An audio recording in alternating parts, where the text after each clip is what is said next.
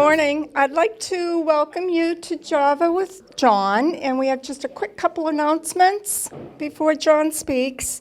The Friends Knitting Sale is November 19th and 20th, 10 a.m. to 2 p.m., and the holiday decoration drop-off is December 1st, 8 to 3:30, and December 2nd, 8 to 12. And then anybody's welcome to come back and pick out decorations December 2nd, 2 p.m. to 5:30, and December 3rd, 8 a.m. to 3:30. So everything is in the newsletter as well, if you need more information, or you can check with the front desk. And help yourself to coffee and muffins, and I'd like to introduce our town manager, John Mangiaratti. Thank you. Good morning, everyone. Thank you, Beverly. Beverly's been working hard here for seniors for how many years now? 14? What? 26? Okay. Thank you for your service, and thank you for everything. The Senior Center does a great job. Beverly is part of that. Sharon, who you all know, and the rest of the team that you see at the front desk and everywhere. I want to thank them for everything that they do for the community. This is a program that we've been doing for 7+ years. It's one of the, it might actually be the favorite part of my job. I don't know. I like a lot about being a town manager, but this is definitely a fun part of it. I look forward to giving you a few updates and answering some questions that you have, trying to dispel some rumors that you've heard, and anything else that you want to go over. We have an hour. We have a special guest. This is recorded live on ActonTV, and it's also covered usually by our new local paper. So this is turning into quite a media event. But thank you to ActonTV for covering this, and Mark and his team for all the work that they do over there. So just to start from the beginning, I'm the town manager here. I've been here since 2018, and it's a community that I really enjoy working in. There's some really cool things happening here. Just driving here, I saw some of them. I was talking on the phone actually to the assistant town manager, Tom Beejan, and I was talking about School Street, and he said, wow, that's going to look a lot different. I don't know if you've noticed, but there's a little bit of a construction project going on next to the old fire station. That's going to be 8 houses there.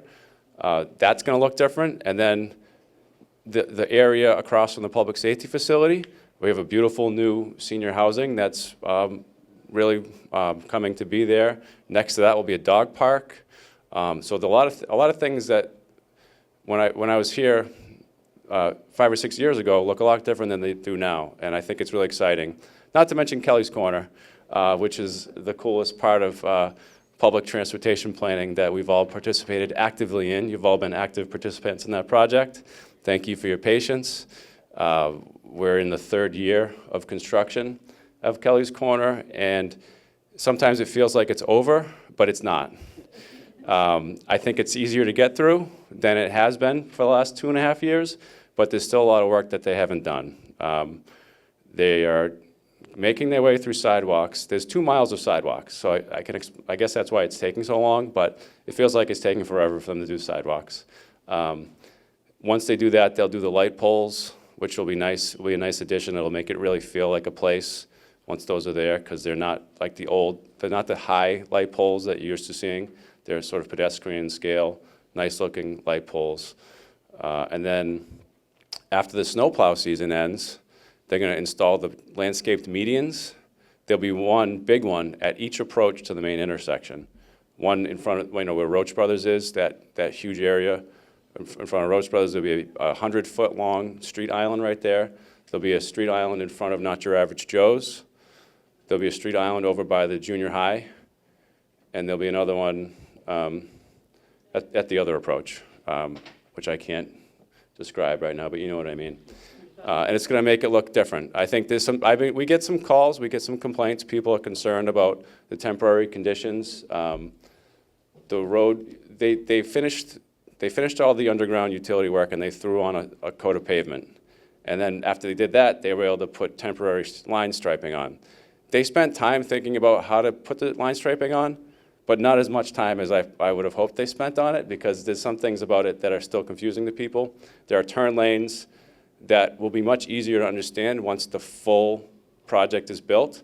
But right now, people are finding it a little confusing. So I just want to go over a couple things. If you're coming from Town Hall and the library and you're going south, and you want to go to somewhere on Mass Ave towards Concord, you need to go left on Carroll Spinney Way. You no longer can take a left at the main intersection. You have to go straight only. That's one big change that people don't realize until they get there, and then you have to deal with it. But so eventually you'll remember to do that the first time. But that's a big change. There's another change where if you're coming from the school campus on Mass Ave and you want to take a left to go back up towards Town Hall in that area, it's actually 2 lanes that turn left, and then you have to very politely merge into 1 lane. And once it's all laid out and the curbing and the street island and the turn lanes are there, it'll be more natural for people. But right now, it feels a little unnatural. So I guess I just encourage you to drive slowly, use caution, and it'll eventually it'll work out. And I think there's another situation. I think one of the other ways that has a similar merging action, and it's designed to get more people through the intersection and then have them figure out how to merge together. And it happens all over the place. I live in Westford. There's a few areas that it happens there. It happens all over the state. It just hadn't happened there before, so people aren't used to it. So hopefully they will get used to it, and it'll be a big improvement. Other major projects in town, one that I'm particularly proud of is right behind Town Hall, the Asaph Parlin House, which is the abandoned building that the town bought in the 90s when we were expanding the library because we needed the space for, I think, the septic system, I believe, was ultimately the need. And then after we built the library, it kind of just sat there. But over the last few years, we've been working on it. We got a huge grant from the federal government, which was not easy to do, but we did it. We got $750,000. We got a state earmark for $100,000. We got some ARPA money for $300,000 or $400,000 or $500,000. And then some Community Preservation Act funding, and we're able to turn that building into a rehabilitated community space. It's not going to be big like this space, but it's going to be a space that can be used by the community, and it's turning an eyesore into something that I think people will be proud of once they see it. It's going to be done. They're finishing the roof, hopefully, before Thanksgiving, and then we should be ready to use it, although it'll be pretty cold in there because there's no heat. But we'll be ready to use it in the spring. It was bare bones. We wanted to make sure that we didn't have to spend any local tax dollars on it, and not putting heat in it was one of the decisions that we made to make sure that we could do that. So I hope you get to check that out this spring. Other items, we're working on the budget right now. As you know, that's one of the main roles of the town manager is to prepare an annual operating budget. I prepare that budget, I present it to the select board, who then review it, and then after a few months decide if they support it, and if they do, transmit it to the finance committee. The finance committee gives its review to town meeting, and then you all vote on it.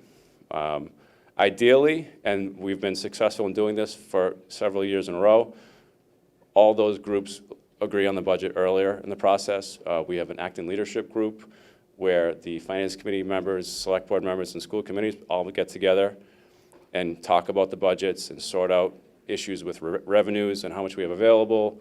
And through that process, we know that the budget that I'm going to be presenting has a good chance of getting it through the process. So that's all happening now. We have a big presentation Monday night. If you don't want to come to Town Hall, please watch it on ActonTV, either on YouTube Live or regular TV. What channel is it? It's 45. Channel 45. And 22 on Comcast. So you can watch it live. We'll be presenting the capital plan, which is where we outline the capital needs for the community over the next 10 years. We know anyone that runs a government operation or a business, you know there are capital needs that you have, and you know realistically that you're not going to be able to do all of them, but it's very important for us to map those out so that we can not only find a way to strategically invest in them, but more importantly, have project plans and identified needs that we can use to apply for grants. grants is a really important way that we're funding capital here in Acton.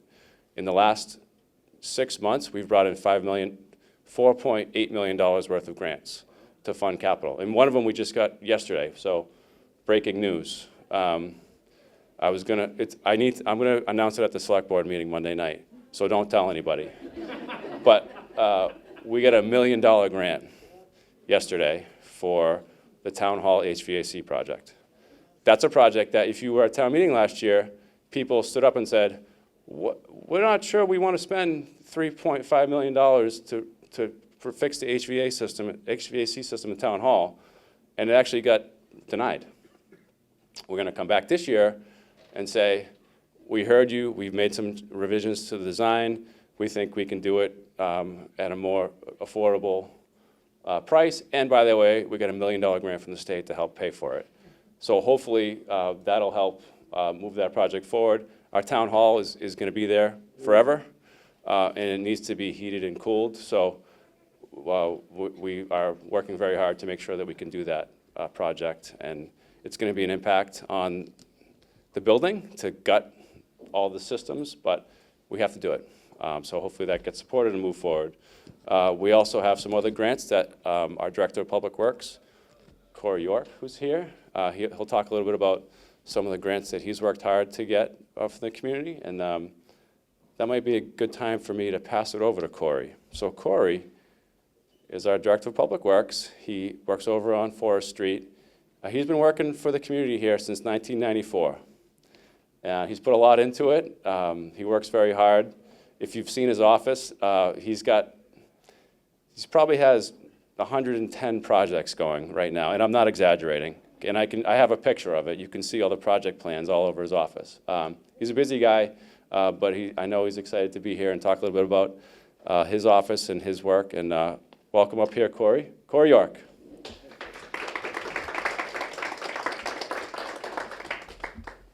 Great, thank you for having me. Like I said, I'm the Director of Public Works here in town, so fortunately there's no road construction that we have to worry about. So, like you said, we got Kelly's Corner going on. They're winding down. As you know, Route 62, we have a lot going on there. The contractor that's working for that apartment complex, the Maynard line, they're finishing up their utilities. They're hoping to be done with the water main upgrades probably mid-December is their aim to do that. And then as they settle that down with all the utility work and getting the sewer up and running, we'll be back in the spring. But the intent of our project is to then restore it back to something better than what it was even before they started. So we have plans right now to add bike lanes, improve the sidewalks, improve stormwater, and the money that we're using for that one is through a grant that we got through MassWorks. We partnered with the housing. Yes? The work on 62 have anything to do with all these going in that process? No, that's an independent one. Most of the utility work you see right now is all focused because of the new housing development at the Maynard line. So we worked with them and we were able to acquire a state grant so that when they're done with their work this fall, that opens us up to then come back and kind of rebuild it something and get it paved. So unfortunately there's more work to come, but it'll start looking a lot better as we can get in there and do our stuff. We actually just finished the Main and Prospect intersections. You'll see the changes there. We were basically trying to narrow up that opening so that vehicles couldn't turn into Prospect so fast to help slow people down and just kind of organize a little better. It was a little chaotic where we just had a lot of pavement and you really didn't know where people might be coming or going. So there's a lot of stuff like that, yeah. Can I ask a question now or make a statement? Sure. Of course, I wait until you're done. Yeah. I'm on the Acton Exchange Letters Committee. Sure. We just received a letter. It'll be published this weekend. A woman wrote in and she said, I'm a lifelong resident of Prospect Street and increasingly concerned about the recent reconstruction of that intersection. Over the years, with the increased traffic and many accidents, the need to reconfigure it was addressed. But just last Saturday evening, there was quite a bad accident at that same intersection that was just remodeled. So she has a concern about that. And then she also made a mention of She's also worried, she lives there, with that intersection, what are the fire trucks gonna do? She feels there's gonna be an issue with them turning in. Yeah, that's actually part of design. It's designed so they can do it. And we did meet with the fire chief beforehand. She was gonna just run the ladder truck through. But you'll see on the Prospect Street side where you can enter in by the gas station, there's a lower kind of raised concrete area. And that's for the larger trucks so that when they make that swing, they can drive up over that to make that sort of 180 if they have to go that direction. And then even larger delivery trucks that are going through there. So that fire trucks and that size vehicle were accounted for. Is it tighter for them to get through? Yes, but it is achievable. And we had some people, I think when we announced the change of traffic patterns on that, there's always kind of a learning curve. So we added those orange reflective cones so that as you're driving at night, somebody that might not be familiar with that there were changes made, they can kind of see that and get addressed. So we were attempting to try to help people just become aware that those changes were made, and we're always looking at other modifications. I know when we did the study and the design, some concerns were raised about just the speed on Prospect and the volume. So we have just a concept study that's going on right now, looking at what we did at the intersection and looking at how to incorporate other measures that might slow speed on it. So we have a concept of getting bikes and peds through there. The addition of crosswalks is always an issue. I know we looked at incorporating, I think, one or two sort of towards the school side, things like that. So we're always monitoring those kinds of things. And then as part of road safety, we also look at streetlights. That's something that came under the DPW. So we've been actively going around inventorying what we have for streetlights and doing an outage inspection. So we've generating that database and working with our contractor to get those repaired. And we also work with police regularly on that. So the night shifts, as they're doing their regular work, they're watching and letting us know if they see something out. And we also get calls from neighbors and abutters if they see something, which is always helpful because we're not on all streets all the time. So hearing from residents is always really helpful for us for whether it's a street light, a pothole, or something else going on. So. No, thank you. I'm gonna send her a link to this video. Sure. That should help, answer the question. Sure. Thank you. Yeah. So, yeah, there's a lot of procs. I mean, we probably have around almost 30 members in the department. That ranges from our road crew, the crew that works at the transfer station, trees and grounds. We have the sewer operation we have a contractual, but we oversee that, so we're monitoring that, and the engineering division and the admin office. So we have a group. They're constantly working on I say new projects, whether it's sidewalks or something, but also they're doing maintenance and upkeep. So they're around town fixing drainage. They're usually in the fall, they're actually starting to prep repairs on roads that they think they're going to be paving next year. So we're always kind of floating that project and rotating into the snowplow season. So the mechanics have been working all fall, working on the trucks, checking them, trying to get them ready for, unfortunately, the snow and ice that'll be coming soon. So it's kind of a nonstop process and going through. So, and we do have a lot of other projects that sometimes you don't always see. We're working on our stormwater program. So we have a few culverts right now that we're working on trying to get replaced. The active one right now, we have a contractor that's going to be replacing a culvert down by Buscemi's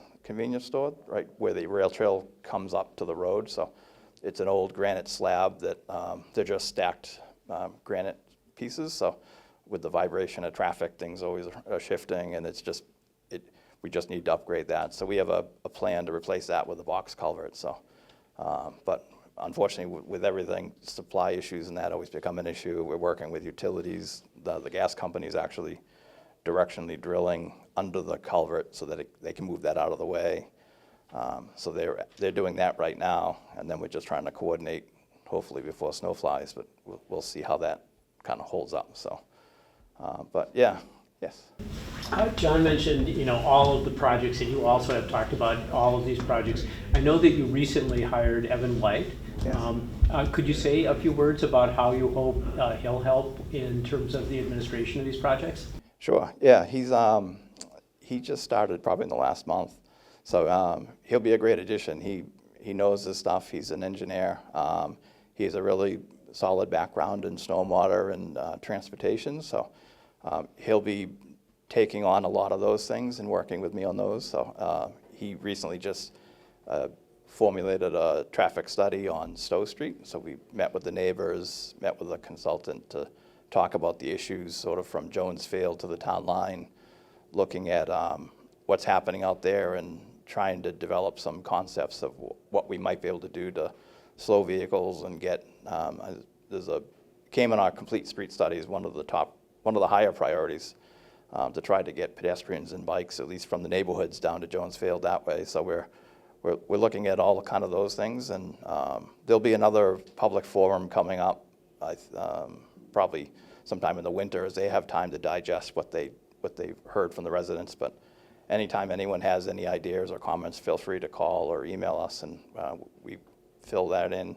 Like I said, he also has a strong stormwater background, so he'll be working a lot with what we're doing in our own stormwater program to improve upon it as far as getting a good handle of what's out there and what condition it is, and then just keeping up with the EPA and the mandates that we have through them for MS4, which is our stormwater permit that we have to maintain. So he would be a person I'd maybe contact if I had issues about water runoff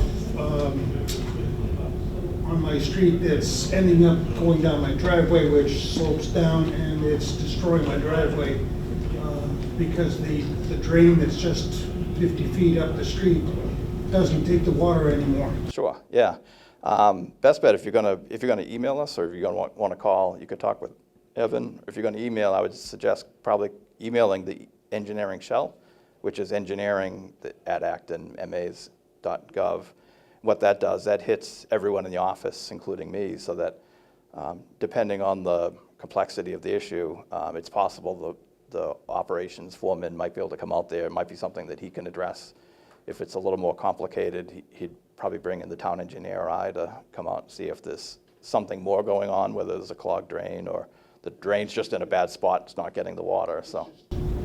Over time, it's Probably just the shoulders kind up of, and yeah. down, plus they have a berm around the drain. Yeah, And instead of going down in, it goes around into my property. Sure, yeah. And then back to the street and then down my driveway. yeah, unfortunately, you see that a lot, and you wonder what's the purpose of the drain there, where it's not in the right spot. So we're constantly finding those and trying to fix. And a lot of these projects, I know, we're working on River Street, we converted that upper section to a one-way as a pilot, and looking at complete streets where there's a lot of water that comes down off a great hill, and there's a house there, we were working with the homeowner, these extreme storms, his yard is turning into a pond. So we're evaluating sort of the stormwater that comes through there. It's quite a big area, and trying to see if there's something that we need to do to improve the drainage system, or if there's something we can do upstream to help mitigate that issue. So we try to formulate as much as we can, identify all these issues, and a lot of the issues as we're working on these projects, we're looking at it from an infrastructure design, but the input we get from residents, because you're there all the time, so a lot of times you see something that we don't, so it helps us to be aware of it and try to factor that in. At the back of the transfer station, as you're driving on Forest Road to the transfer station, I've noticed the new construction. Oh, sure. Yeah, we have at the DPW building, we have a fuel depot that all the town vehicles use and the schools. The existing one is sort of at the end of its service life or beyond its service life. So we had worked for the manager's office and got approval at town meeting to replace that and get a new fuel depot. So we're installing a newer one. You'll see it closer to Forest Road.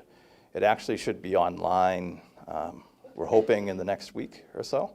We're waiting on Eversource for a couple things, but we'll get that up and running, and then we'll remove the old one. So So that's what you're seeing, a lot of that work that's happening right now, right there. Yeah, yeah, for all the town vehicles. So you'll see it up as if you drive down Forest to come into the. You'll see the infrastructure there. Yeah. Yes. Yes. Are you also responsible for something on the rail trail, or is that the recreation department, for example? There's some dead trees that sometimes I'm worried are going to come down when somebody's running or walking.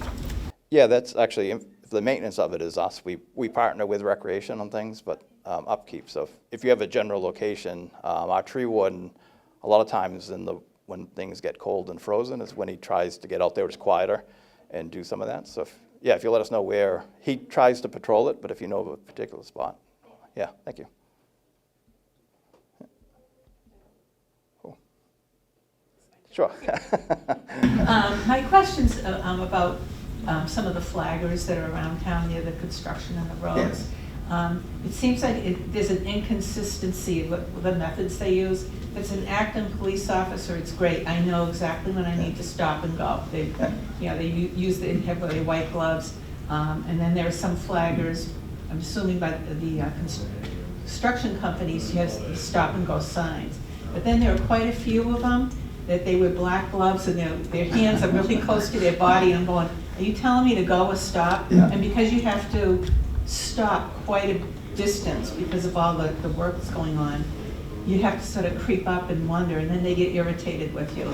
And I'm just wondering if there's a way the town can convey that to those particular flaggers, that you really should be wearing fluorescent gloves and holding your hands out to give directions. Sure, yeah, especially in the construction sites, there's a lot going on to see. So I know the police have been stretched pretty thin with all the projects. So I know some of these projects like Powder Mill have been using more flagmen. I can talk with them, but I know that as the police are out monitoring these, I can give them a heads up too, and they can kind of talk with the flaggers to make it a little bit more apparent and kind of if there's some standards that they follow. Yeah. I would just add that, in my opinion, the flaggers with the stop and slow signs are much better than any. And if you think about it, crossing guards have a stop sign, but the police are just at random. I mean, the police could have a stop sign or a red or orange or something. Yeah, I think, like you say, I know here it makes it a little bit easier to see that. I think depending on each person. Yeah. So, but I can pass that along. So, yeah, thank you. I have an addendum to this conversation, but I have another question. Sure. For the police, I don't know how many times this has happened. Even on a sunny day, they're in the shade, you're in the sun. You can't see them. They have, gloves, maybe no gloves, flashlight with a plastic thing on the top. Just cry. That I can see. So it's very inconsistent. It's dangerous both for them and for us. Sure. And it's really unfortunate, I think. I have a question on the Prospect Street. I get the opportunity to travel through that intersection a lot. When you're coming from the Maynard side towards Ace Hardware, where you want to turn left at night, it's not that easy to see where exactly you have to turn. So I would suggest putting a big reflective arrow this way, right at the end of the thing, so you can see that way ahead. Right now, it's you have to slow down, you have to see right where you have to stop, and it's a tight turn there. There's a lot of things going on, and there's lights and this and that. And if it was raining, it would be even worse. But that's what I suggest, a big arrow that's reflective, so you can see that like 100 yards away. That's my suggestion. All right, yeah, I'll take a look. I know sometimes you see intersections, you'll see the sign that kind of identifies the lanes and what directions they are. It might be something like that, might be a good, yes. So I had the occasion to launch my kayak at the Acton Canoe Launch, which is right here on 62. And of course, from time to time, trees fall into the Assabet River. And I looked, and it actually, in terms of clearing that stuff, so unsurprisingly, there are environmental regulations. So I wondered, what role the Acton tree warden played in any of that stream tree maintenance. Yeah, I would probably lean on our conservation, because when you get into that, I know from our standpoint, we look at capacity and storage. So if it's causing flooding is one thing, but I know when you look at it from the conservation side and the creatures that might become a habitat. So that's something that we would probably have to talk with our conservation agent and just see what's allowed and if there's, what the issue is and if we can mitigate it. Outside of a wetland area, it's a little bit easier for the tree warden to, if we have a dead or a hazard tree to take down and manage, but when you get into the wetlands, it gets a little trickier, so we kind of have to lean on our wetland specialists to see what really we should be doing or how we should be doing it. So, but I can mention that to Ian. I know he's out doing a lot, and Olivia from the conservation office, and have them just look at that area if there's something particular that, because if there is something in the river or stream that's causing a flooding issue, that changes sort of the story. If it's it's really not a flooding issue. Okay. You know, and as you said correctly, a concern is habitat. Yeah. You know, there are things that like those fallen trees. So, and I'd never understood why you saw them cut, but a bunch of the trees left in. Yeah. But then there's enough that you could take your canoe or kayak or whatever through. So you get that passage. And the other thing, of course, you can do in a kayak is hop out into the water. Not so great this time of year. And then drag it across and get on the other side. Yeah, because even this year, we ran in, oh yeah, we are constantly dealing with beavers, yeah. A lot of times our focus when they're clogging a culvert under, a pipe under a road, we have to remove those to keep from flooding the road and public safety.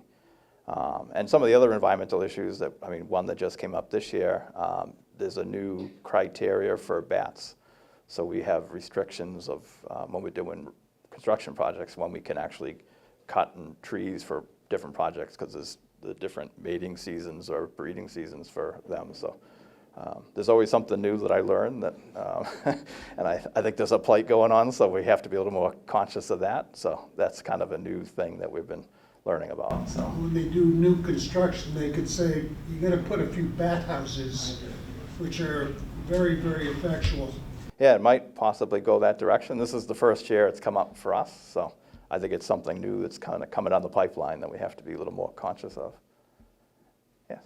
I'm a fairly new Acton resident, and as an older driver, I have to negotiate School Street, High Street, and Parker Street. And I wanted to thank you and the DPW for maintaining the very bright yellow lines. Oh, yes, yeah. Because it's like slalom driving. And it's very helpful. Yeah. And I'm a refugee from Concord, and they're not quite as good, just to let you know, keeping the yellow line, so Yeah. thank you. Oh, thank you. All right, I think I'll hand it back, but thank you for the time. Nice work, Corey. Thank you for all the updates, and you got a lot of questions. That's pretty good. So we might have taken the bulk of the questions. Maybe we can just wrap this up. I don't know. What do you think? Are there any retirees here that used to be teachers or school? I have an update for you, unless you already know it. All right. Well, hold on. So we are going to move the retirees to Blue Cross as of January 1st. They'll be in a meeting on Thursday? 19th. Yeah, the 19th at Town Hall, and if you can't go, you can get it on Zoom to learn more, but I have the letter that we sent out. If you didn't get it, I can give you this one. Okay. Yeah, so it's health insurance for municipal governments has been a big challenge. You'll hear a lot about it during the budget season. This year in particular, retirees are getting a huge increase in what they have to pay. 50% increase over last year. It's not funny. It's a problem. It's a problem with the healthcare industry. It's not a problem with Acton. It's not a problem with our retirees' health. It's just because of the way subsidies change and all kinds of other factors that I don't want to try to describe. But in any event, we are moving the retirees from an Aetna plan, which wasn't that popular, other than the price the first year, to Blue Cross, which I think people are happy to go back to. And even though their costs are going to increase significantly, they'll be in a plan that I think most people will be more comfortable with. So it's kind of a silver lining. So thank you for continuing to ask about that. And for active employees, health insurance cost is going up 15%, which is still a lot. You know, if you follow municipal finance, our revenue structure only increases by about 3% every year. So when costs like that increase in double digits, it creates problems for us. But we're managing it, and we're going to figure it out like we always do. But I just wanted to give you that update on health insurance. I think I'd like to take questions, and maybe that'll lead to some more updates. Does anyone have any questions or comments or complaints? Yes. Hi. Is there any updates on the PFAS water? PFAS, yes. So you probably received a robocall, or maybe a person, I don't know what it was, but last week the Water District, which is a different entity from the town, but we work very closely. The Water District is bringing one of their PFAS treatment plants online, which is limiting their supply of water, which is requiring them to take water from a few other towns that we have connections with. I don't know much more than that. I do know that they'll continue to keep you in the loop if anything changes. They did notify folks that water quality and appearance may be different. It'll still be safe to drink. It maybe even taste better. You never know. They didn't say it was going to taste worse, so it could taste better. I'm hoping it does. You won't get as much of it as fast. Yeah, well, I think you won't notice it at the tap. I think you will? Okay, well, if you have a particular water pressure issue, that could be a symptom of something else. So I would notify the Water District that you have a water pressure issue. But does that answer your question? Yeah. Okay, thank you. John, since I'm on the Finance Committee for the Water District and I attend the Commissioners' meeting, I can add a little bit more to your answer. So what's going on is in South Acton and Center Acton, they're adding granulated carbon treatment to get rid of the PFAS. And the status of that is that both of those, if you saw tanks being put in, over the summer, the tanks are all in, and they have just loaded the South Acton tanks with carbon. And what happens when they do that is that they need to condition the carbon. And for anybody who's dealt with these kind of bed conditioning kind of things, that takes time. And they'll be monitoring the effluent to say, aha, we have now normalized pH, we've washed off anything that was associated with the carbon that we acquired, the water's now meeting our quality standard, and we can put it back in. So the challenge for the Water District, because both of those went down, is that they needed the extra water. So we're getting water from Concord and from Littleton. So if you don't like the way it changed, please call Concord or Littleton. No, but you should, anybody who has any concerns absolutely should call the Water District and let them know, because as John said, they're the ones who are in charge of that. And then in terms of time to condition, that's sort of a range of about 2 to 4 weeks. So my expectation is that just like everybody got, or hopefully got, some kind of notification by email or robocall, that as soon as this has been relieved and both South and Center Acton are back online, then you'll get a notification, okay, business as usual. And then on behalf of the Water District Finance Committee, that water from Concord and Littleton is not free. So anything, if there was ever a time that you could help by conserving, this is that time. Hold on, I just wanted to mention that we have members of the police department that had to go to a meeting, but they were here. Leo Gower, Detective Leo Gower, and clinician Beth Van Emberg. See. Hold on, other people need a chance, John. Come on, here we go. What else do we have? Yes. So regarding, I didn't get a call, and there are a few people here that didn't get a call. So where did they pull the number from? Did they pull it from the town of Acton? I don't know. So they, as I said, we worked very closely, but we didn't work with them on that one, as far as I know. So I know through Verizon or other phone providers, there's systems. We have a system called Blackboard Connect, which is based on people's number in the phone book, which not everybody has anymore. So if you, I don't know, I can get back to you on that. But hopefully, they put it out on email and on their website, and hopefully you got it eventually. Any more questions? John, what do you got? Yeah, you can call the Water District to make sure that your contact information is up to date as far as that goes. So my question, as luck would have it, my daughter's car is over at Acton Ford right now.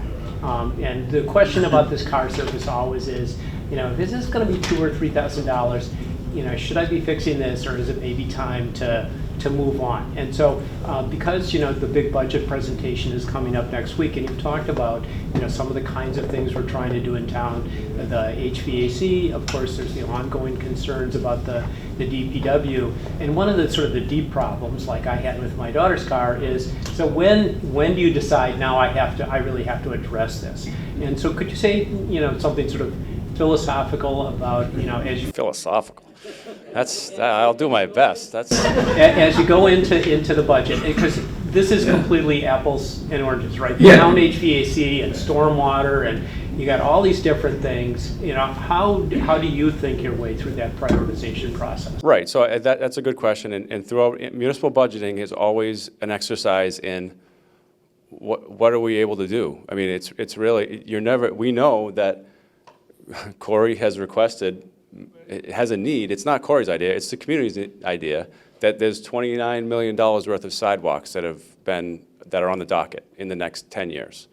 We know we can't do those right now. We know there's buildings that need to be maintained and in some cases replaced.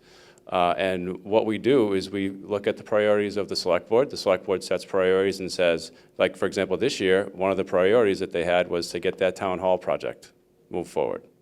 Another priority they had this year was to get the DPW project move forward. So given the volume of needs that we have, what we do is we look at the priorities that our policymakers set and we start from there. And so those two projects are definitely things that we're going to be moving forward. Everything else is things that the departments bring up and say that they need, and then we figure out if we can afford it. As I mentioned, we aggressively pursue grants, and that's been a great way for us to take huge chunks out of our capital needs without using local funds. And in terms of staffing, I think if you ask any department head, they'll say they need more staff to do their operation the way that the community expects them to do the operation. And every year I say, we're not really going to be able to add staffing, but what if you took that part-time person that just retired and the part-time person that left a year ago, and we combine those into a different new position? It's not going to increase our budget, but it's going to change the way we staff, and it'll improve our capacity to serve the community. We do that a lot. We do that in ones and twos throughout the organization, and we don't really say it out loud. We don't celebrate it because it's just our job. We're supposed to do reorganizations to make sure we're running efficiently, and we do that every year. Corey has been a part of a few reorganizations, and he seems to always get more people that work for him because he's a good manager. But we have a lot that we're doing to try to maximize the resources that we get, and we know that an override was passed 2 years ago, and that was a pretty big deal for the community, for voters, for people that live here, everyone. And so we're doing our best to manage the resources we have so we don't need to do that again. Sorry, I'll work on my philosophizing next time. Any more questions? Yes. Yeah, John, active employees for the town, are they staying on the same medical plan? Active employees are, yeah, we're part of the Maya Trust, which is a Blue Cross family of plans, and they're increasing. They are evolving. There was a huge issue the last few weeks with UMass Medical. Up until yesterday, Blue Cross, it wasn't going to work at UMass Medical. A lot of our employees live in the region west of here, which is the UMass Medical region. So until yesterday, people are having to find new doctors. Fortunately, Blue Cross settled with UMass, and now the plans still work. But things like that happen all the time in health insurance. We have this whole issue with GLP-1s, which are they're meant for diabetic. It's a medication for diabetes, but it's also very effective for weight loss. And the healthcare industry is debating amongst itself whether the benefits of weight loss outweigh the significant costs for people that are using it that aren't also diabetic. And so some companies, some health insurers have said, we're no longer going to cover that unless you have a specific instruction from a doctor. Things like that are changing. They've increased the cost of health insurance, and it may change the cost of health insurance going forward. It's just always moving. It's a moving target. But we're doing our best, and hopefully the 15% is the last time we see double digits. Last year we saw 2 years ago, it was 21%. But 6 or 7 years ago, it was 0% and 3%. So maybe we'll get back to that. I'm hoping. Yes. I attended the murder at the library this week, and Oh, I just no. wanted to let you know, it was outstanding, and the library staff was great, and whatever had to come together, they were allowed to serve alcohol, and had the whole library open after hours, and it was really great, so I just... Thank you for mentioning the Murder at the Library, which is a program about a fictional scenario where there's a murder at the library. We have an outstanding library team supported by very active trustees. That was a very innovative program. I think that, I think they should get an award for that or something. I was very impressed. Somewhere between 150 and 180 people were there. All adults, all after, the library is not just books, folks. It's a community center, and I think our library gets that, and I think they're continuing to show. We had an awesome event in the spring for the Acton 250 committee there, which was a similar sized crowd. And so thank you for mentioning that, and thank you for going to the library. We have 2 libraries, West Acton and one in the center. Yes? 2 things. First of all, that building that doesn't have heat, does it have water?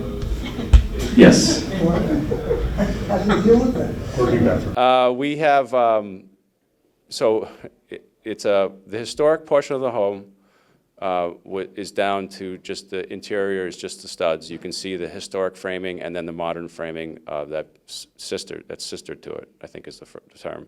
And then there's an addition to that, which has, I think, temporary heat in the bathroom for the swing seasons, which would be probably right now. But I think we'll drain it. Yeah, we won't use the facility in the dead of the winter. Another question. I think there should be no left turn from Central Street to Main Street, except maybe for emergency vehicles or school buses. That intersection is difficult enough, but when people start making left turns, it's... Yeah, because you're coming up a hill and you're trying to go left and it's crooked. Yeah, so Corey worked very hard to get funding to do a complete streets prioritization plan, which led to 2 grant applications, which each were awarded for $500,000 each. So he has $1 million. Just got, I don't even think we even have it yet, but we have the paperwork, which is going to be used to improve that very stretch of road from where Main Street goes to the communal lot driveway and maybe a little bit further to Martin Street. So Corey, is that part of the plan? Are we still taking lefts out of there, or is it just going to be a much safer left? We're looking at realigning it, but that'll be something that'll be considered, whether or not lefts are allowed. So. If you could just say that again. Yeah, so like he had mentioned, we do have $1 million right now that we're trying to get the contract so we can get the money freed. We're looking to hopefully start a design that would include the central main intersection. That was a goal of the board for the last few years. You probably know that even for a right turn, the sight line for when people try to make these numbers. Yeah, those kind of angled intersections, it's hard to look over your shoulder and see. Yes. So Corey, coming south on 27, when you hit 111, all right, as Sean mentioned before, you're not supposed to make a left at that intersection. The right lane is for right turns only, but there's nothing that says no left turn. I've been caught behind people that I'm in the left lane and somebody's trying to make a left, and you just wait there forever until they can get through, which is usually when the other side gets the red light. So is there going to be a sign that says no left? Yeah, in the final design, there'll be, like John had said, there'll be markings, there'll be signs that'll indicate that. And then at the Carroll Spinney Way, there'll be lane designated there to kind of do it. Right now with the temporary markings, it's not real clear. Okay, so it's basically you're not supposed to, but there's nothing stopping you from it. Well, there's a big sign with an arrow that says straight and right. Right, There's no but one it's that just that says little left. sign there, but people are still making the left. Yeah, I think in the temporary phase right now, there's nothing really stopping them because isn't a sign there, but eventually in the final product. Yeah, John, just remember, common sense isn't very common. It is in Acton. I disagree. Thank you for it. It is common here in Acton. Yes, any other questions or comments or complaints? Any myths you want me to to talk about? Anything you heard, anything you read on Facebook that you think is real that I'd like to tell you isn't? No? Yes? Can I just ask what the date for the Aldi opening might be? Is it Yeah, so Aldi is under construction right now. They're doing a renovation of the old Stop and Shop right down the street here. I believe they're looking for a spring opening. Yeah. There's a new takeout place that's just opening very soon next to X Golf on Great Road called Wonder.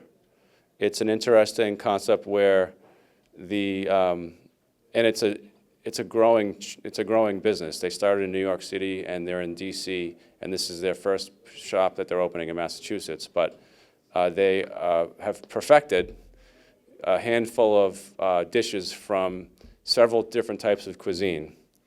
And so if you are a family of 5 and each of you want a different type of food that night, you can get it from this one place. So someone can get Chinese food, someone can get pizza, someone can get Thai food, whatever. And it's supposed to be all just as good as if you went to one of those restaurants only. So it's a cool idea. I haven't tried it yet, but I look forward to trying it. Yeah, it's next to X Golf and Trader Joe's. It's at the end cap that's been vacant for probably for a long time, if not forever. What I understand from it, it's really, their business model is on takeout and delivery. They're only gonna have a couple of tables there, so it's not like a place to go to eat. Yeah, you can though, but I think, yeah, it's they partner with one of the meal delivery services. I forget which one, but yeah, so it's something new. I think we like having new things to try here in town. There's a new restaurant in the Acorn Plaza. Not new, I think it's the one that used to be, it's the Indian restaurant that used to be up in Nagog. They moved to next to CVS, next to the Kitchen Outfitters and Blackbird. So I'm not sure, but I encourage you to check these places out and frequent these local businesses. We recently had Restaurant Week. Patty Sutherland's here. She's the chair of the Economic Development Committee. Her team and Patricia Costa, our Economic Development Director, worked very hard to encourage people to go to a handful or so of restaurants that were participating. As part of the program, we gave them each a free commercial on our town Facebook page, so hopefully you watch that. And we have some pretty good places here in town, so let's continue to keep them in business. Yes? So one of the questions that you were asked a couple times ago related to enforcement on Route 2 going through Piper Road. And I just wanted to comment that since I drive that regularly, I have actually seen more state police presence. So thank you for whatever you did to help encourage there to be a little bit more enforcement along Route 2 there. Sure, yeah, thank you. Route 2, that reminds me, that project is still under design to create a new design for that intersection. It's still a few years out, but they're still working on it. Mass DOT has prioritized that. I think they want to get Kelly's Corner behind them before they really dive into that one, but they are invested in that. The food pantry, which is particularly in the news lately with a lot of the food security issues that have been nationally talked about. Our food pantry is moving from Boxborough to Acton, right next to the train station. I think they're close to being done with the renovations. I think they're supposed to be finished by Thanksgiving. They're not going to open here, that location, until the first of the year, but it's pretty exciting that it's going to be there, and they've done a really nice job with the space. I took a walk through 6 weeks ago. Corey was there too. It's really cool how they used the old building, because it is a historic old building. I don't know if anyone remembers what it used to be. It was a coal and lumber place or something next to the train tracks, and then Gordon Richards had his framing business there for a long time. But exciting reuse. We're also, tomorrow night or Monday night, we're asking the board to approve the proposal for Alex Moda, who's a local developer, to redevelop the old fire station on the corner of School Street and Main Street into a housing unit, and then where the parking lot is now next to the School Street garage, he's going to turn that into a mixed-use building with commercial on the bottom floor and residential on the top. So as I mentioned, there's a lot happening in South Acton Village, and it's all good. It's all through the historic district. They're going to be very closely regulating what it looks like, so everybody's going to like it, and we're going to keep things moving. Yes? South Acton Center, for a long time, there'd always been talk about being able to revitalize it as a commercial downtown, not gigantic, but to have like a West Acton Center with some businesses. But if you take away the parking lot, where do people park if there is going to be anything in that section of town? There's about 540 parking spaces in that area. And then they're only used Monday through Friday for the commuter rail. So, and mostly it's cleared up by 5 o'clock. So I think there's not a shortage of parking in that area. It may not be as convenient as parking you'd want it to be, but I think those 13 spaces, some of them will be replicated by the development. And then otherwise there's parking in the area that people can use. So yeah, it's a challenge, I get it, but even that little building, that little fire station has no parking. The only parking in that fire station is inside of it, which is why it's going to be hard to do anything with it besides make it a house. Yes, last question. As you're talking about parking, just a question so that we know. When can you park at the train station lot without having to pay for it? I think I read something that said like after 3 o'clock during the day, that it's not enforced after that. What about the weekends? Corey can answer that. Corey can answer that question for you. Question is when is the parking lot not? Well, you can answer it. You got it. The main lot on Central Street, it's enforced till noon. So at noon time, you're allowed to park Monday through Friday. And then there's no charge for parking on weekends, so it's free anytime on the weekends. Yeah. Yep. So you take, sometimes we go into the city. So if we wanted to go see the Celtics on a Friday night, we wouldn't have to park, because usually we check in using our phones. Correct, yeah. If you're going the Friday afternoon or Friday evening, you can park there. And the main lot doesn't have an overnight restriction. Some of the smaller lots do for like winter ban, and that's just because of the size of the lots, so they can get in there and plow and clear them. I think some of the small lots across the train tracks, like on the Maple Street side, they're under like a reserved parking program. So some of those, I think those end at, I want to say at 10. That way, if someone who has a reserved spot doesn't go that day, it gives another commuter that might be working a little bit later, gives them an opportunity maybe to repurpose that and then go to the city. So, yep. Okay, well, thank you all for being here. Thank you for Corey and all his insights. And we'll see you all again, I think it's December 12th or whatever that Friday is that week. So thank you for being here. Happy Thanksgiving.